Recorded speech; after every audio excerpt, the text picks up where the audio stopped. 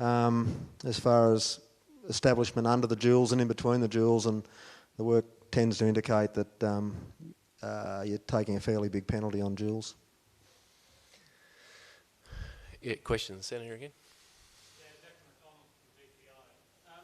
I'm keen to hear from the panellists just about changes in soil condition.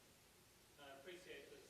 Some of the comments so far have talked about significant improvements, and that's a lot to do with relieving compaction, take that compaction pressure off. But have you seen things like reduction in pest and disease pressure associated with improvements in soil condition, or do you have a plan for onward development of soil health? Where you think you can go? What the next stage is in terms of soil condition?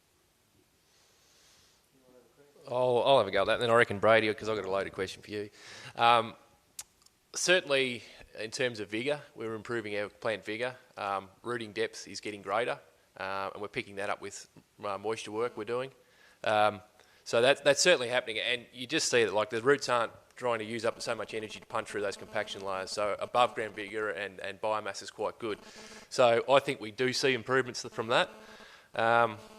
Brady's probably in a bit different sense, but on the sands they've got a lot of issues, and they do a lot of this deep ripping to break up compaction and get none of them run controlled traffic. So I do wonder, Brady, and this is my question: are you treating the symptom or are you treating the problem?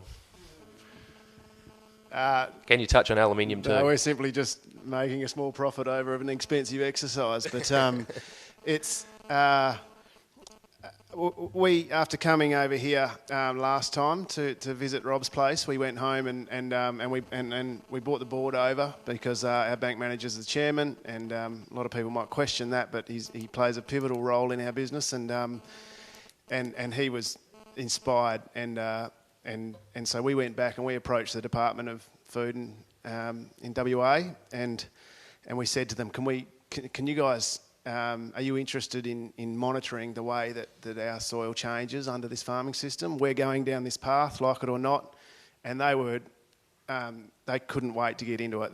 They were really interested. We got some excellent guys in Geraldton, and as coming from those guys, they are telling us that as researchers, they really only focus on particular issues, and it's up to us as growers to look at the whole, the exercise in a whole as far as the negatives and the positives. But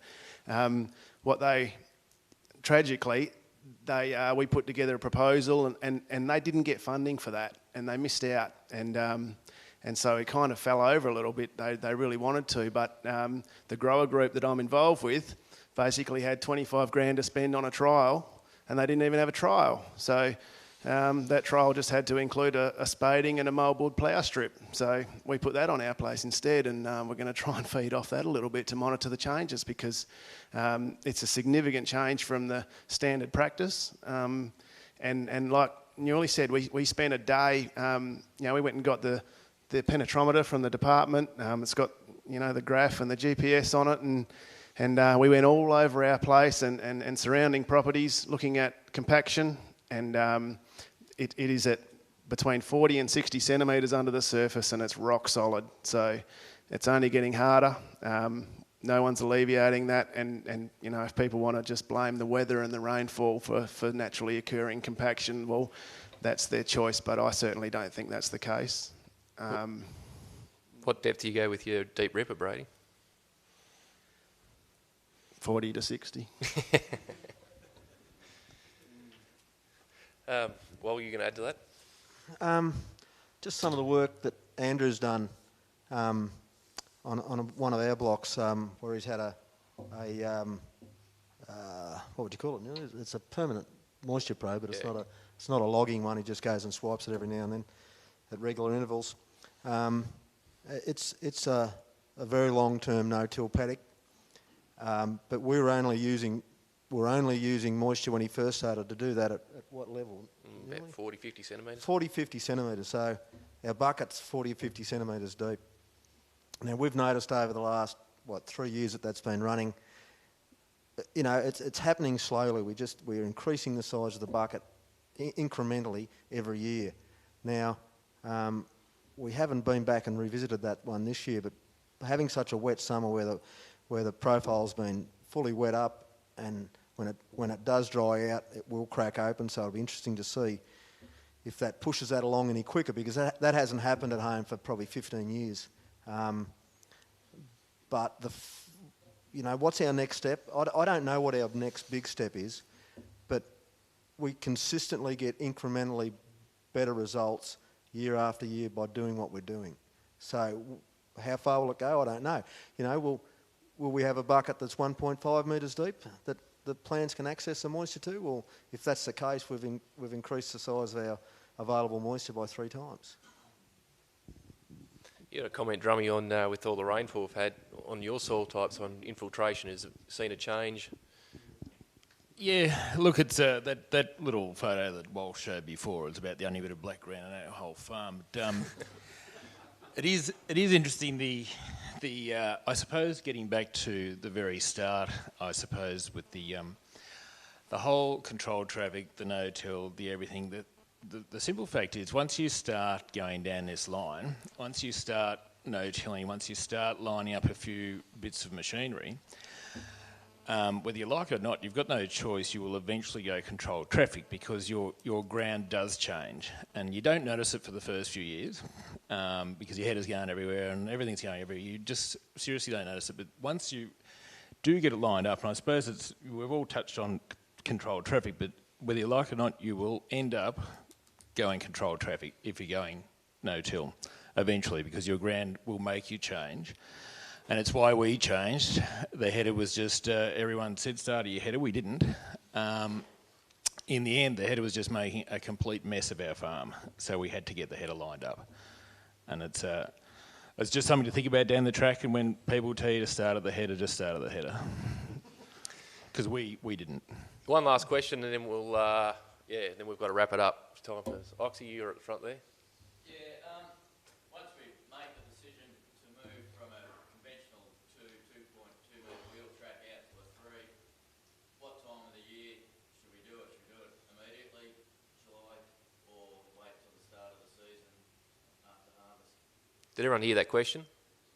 Kate, the question was if you're on 2.2 metres and you're looking to go up to 3, when should you look at changing your machinery over? Should it do it now or wait till after harvest to make the change? Just as soon as you can, Oxy, because you will eventually, and everyone will, get out to the header width. And so the sooner you start doing it, because it doesn't happen easily, you get everything changed out to that, 120 inch or 3 metres. The sooner you start, the better. But I don't know. Someone else might like to comment. The only comment I was going to make is that you might be talking about one piece of machinery in particular, but they've all got to be addressed. So the sooner you start doing it, the better, basically. Yeah, we've only just started the last year or two, and it's taken us a couple of years to do it, because obviously all the different machines, and you just got to slowly work away with it, and just depending on funds and when you can get to it, but at least you've got a goal to work towards. Yeah, you can only do what you can do, Oxy, but I think the important thing to consider is to have a plan. So once your plan's in place and you've done your homework and you've done your plan, well, then you can address the different implements as you can do it. Obviously the header's easy, tractor's pretty easy. Whether axle extensions or whatever.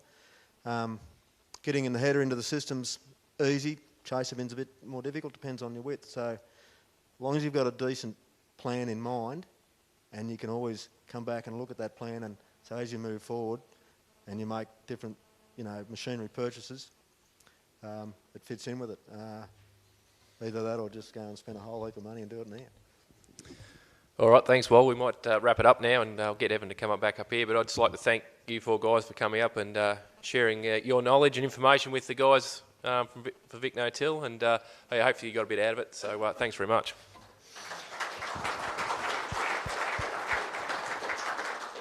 I think you all agree that was a great little session, and we could have kept asking questions, but we did have to wrap it up, unfortunately. But Steve, you'll be back after lunch, so we'll be able to hear what Steve's got to say. And thanks very much, Brady. We've got a little memento for Brady and Wal.